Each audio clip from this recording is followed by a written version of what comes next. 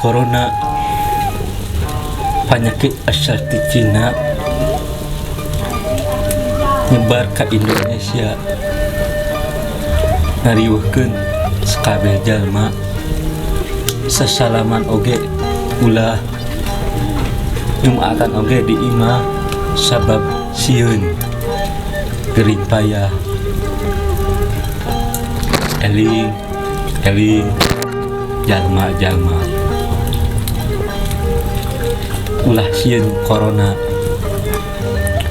maut mah geus ajalna ti Gusti Allah Ta'ala. Ari waspada mah kajeun asal ulah kaleulewiheun komod kaningalkeun kewajiban anjeun. Corona ayeuna jadi bencana ngagegerkeun alam dunya nepi ka umat Islamna.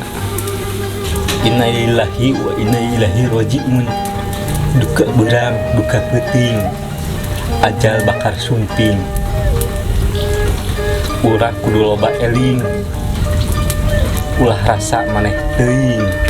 Lobakeun urang ibadah, jauhkeun lampah anu salah. Ngarah jongjon tumanina, sagala kabeh karasa ngeunah. Umat Islam kudu taat, ulah ngalobakeun teh maksiat, kudu inget ka akhirat, bisi kaburu sakarat. Mugi urang diraksa tina penyakit corona jeung balai dohir balai batin. Amin ya robbal alamin.